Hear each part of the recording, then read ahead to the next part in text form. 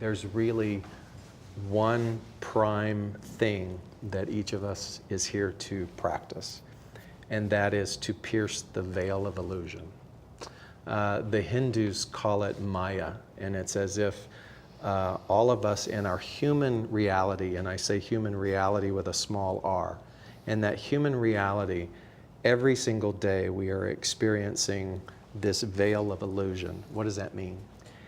If what we say is that it's all God, then how do you reconcile that statement with the conflict that we see? Thus becomes the practice of a metaphysician or a spiritual person on this particular path. How do you break through that conflict and get to the resolution that all is God? Practice. And so with each apparent conflict, whether it's big or whether it's small, if we label it that way, that is our opportunity to practice this philosophy that it is all intelligence or it is all love in that moment, that sweet spot of that moment of the awareness of that conflict, and say, even in the apparent absence of love, there is love.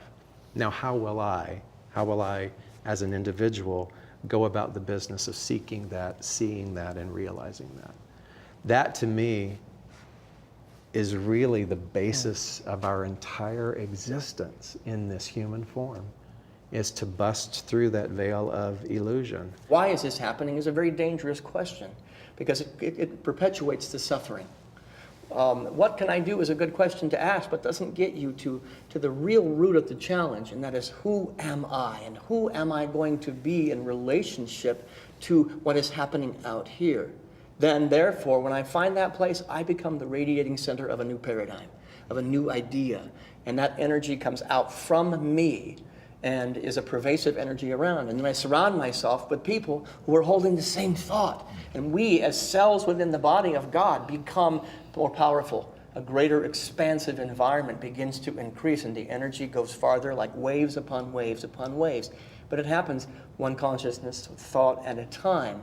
But I must always know that I am the cause of the current reality I am having, and turn my attention and my focus away from what I am seeing with the sensory world, and remember that I am a spiritual being. We are spiritual beings. That illusion, that sense of illusion, that veil of illusion that we want to pierce to get to reality, is an illusion of separateness. It looks for all the world, you and you and you and you and you are separate from me. The truth is, we are not. And even if we could measure the energy, there is heart energy and brain energy. We are co-mingling this now, but we are really, really one. And one of the most difficult and most wonderful experiences for me, as I was beginning to get excited about this truth teaching, this new thought as a young man, was everything I see is a reflection of something in me. And I thought, well, that's really true, except for my dad. You know, that I had those daddy issues, and he had abandoned us when I was young. He beat us and all these sort of things. And I thought, well, he's a user, and he's not good, he's evil. And they said, go within. I said, whoa, all those things that I see in him are also in me. And then the tears come, and then it's like, so either this truth is truth or it's not. Mm-hmm. Right. And at that point I said, it is. And the healing that had to happen was inside me before it could happen in my relationship with my father. Does it mean he didn't do those things? It does not mean that. But the meaning I assign to it, and the sense of separation, I'm good, he's not. And so if I look in the world and I see candidates running for office, I don't like that person, I do like that person. You see, the one I don't like may be my greatest teacher. And as I've said to my congregation, folks, we have two major possibilities. There are some other possibilities. And as people are taking sides, this one or this one. But maybe the one that you choose is not going to be the one. And you're going to have to live with this person. And you're going to spend the rest of the 4 years in anger and hatred and putting it down and making those nasty jokes and all. The subconscious does not know when we make those nasty jokes. It takes it as truth. And who does it take it about? Everything I say about that person I'm saying about myself, and I'm living. So now is the time, before the votes are cast, to be adding love to all the candidates and all the parties and all the people involved in this, because they are our people and they're reflections of something inside us. I'd like to tell people, regardless of who is in office, if you stand on the truth that you know, you will be fine, because you're working from principle and you're creating your life and your experience, not the person that's in the White House. You are. So you stand on principle, you stand on the truth that you know and apply that. And then love the person in office, as you were saying, regardless of who it is. Love and send light to that person and bless that person, because they're making decisions that affect us. So bless them. We may not agree with the person that's in office, but they still affect the country and laws and those sort of things. So we want to send them healing energy and light and love and understanding. And that's the key for the world in general, understanding and love. If we could get those two down, we wouldn't have the problems, because there wouldn't be the separation or the thought of separation. As you said, there is no separation in truth, but the thought of separation. So it really comes down to applying what we talk about. In other words, walk your talk. We've got to walk it. And what a simple solution. Can you imagine if the greater collective paused and sent their own version of a blessing to whatever that person was that they were challenged with? What a huge shift that would be. That Just would be a that one major little shift. simple thing. This says to me that the world at this moment needs this new thought energy, these ideas, this oneness more than ever before. We are on the brink of a possibility of the new world that we all want. We're also on the brink of falling off a cliff. And so we need to be speaking out. We need to be making films that tens of thousands of people will see, that will touch them. And somebody might be flipping through a channel or a website and say, whoa, look at that. Wow, I believe that. I didn't know there were others that believed that.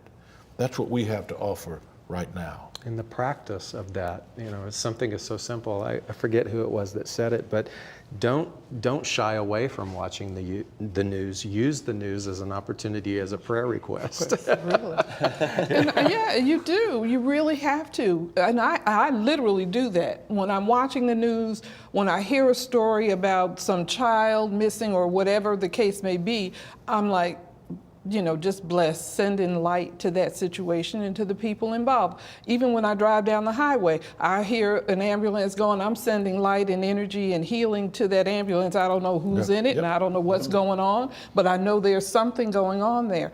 And I'm sending energy to heal and to bless that situation. The movies and the TV shows are so well produced that it gets into our psyche, into our consciousness, and the subconscious, which is all powerful and playing back, does not know the difference between a movie and reality. And so we need to be careful what we're watching and what our children are watching, not that we censor them, but let them know. You don't have to accept that as true as reality, because if you start seeing that and believing that, and how much violence have we watched in our lives? And there's studies of how children, even watching cartoons, how much killing they see, and we become, it's like the norm. And it's not the norm. It's not right. It's not truth. And so we need to teach the children that they stand up for their beliefs, and they don't have to be victims of what they're seeing out there. And it's not just the children that are 4, 5, 6 years That's old. correct. It's the children that come to our congregations that have spent a lifetime in a place of suffering, knowing, feeling that I have no choice. It's just going to be a terrible world. And we get to train them and teach them that there's a different way to look at life, to examine what eyes am I using to behold the news, the movie, whatever I happen to be watching, the experiencing before me. I have a choice. Which eyes? The eyes of duality, which judge and push you away as an evil person to be resisted, or the eyes of compassion that say, something has been forgotten here.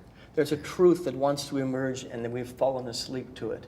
And I have to give myself hope by saying that what's happening in the world today is a chemicalization process. That which wants to be released and let go of so something new can emerge is right in front of our face.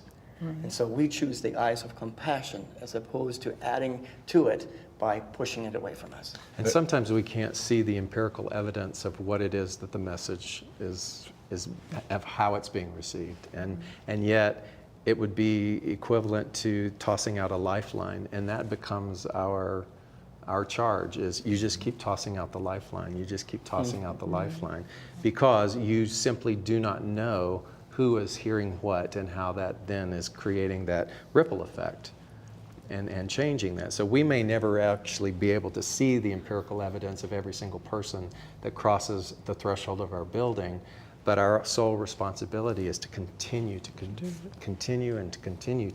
toss out that lifeline and know that in some way and in somehow it's landing where it needs to land. If we remain true to the principles that we teach, it has to be a blessing, and we just keep sending it out there, and people grab what little bit works for them or reaches their consciousness.